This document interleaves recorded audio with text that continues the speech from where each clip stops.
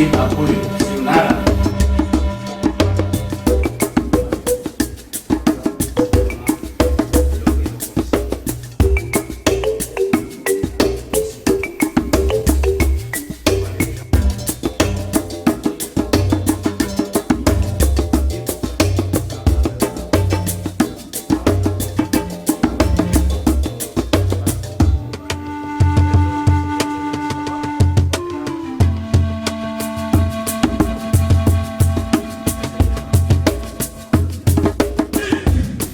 ¿Qué es lo que tenemos que hacer para el gobierno, para que el gobierno sepa que nosotros somos trabajadores, queremos compartir el desarrollo del país?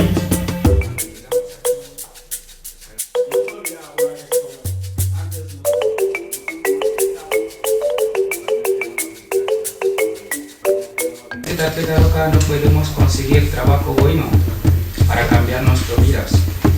Tenemos talento,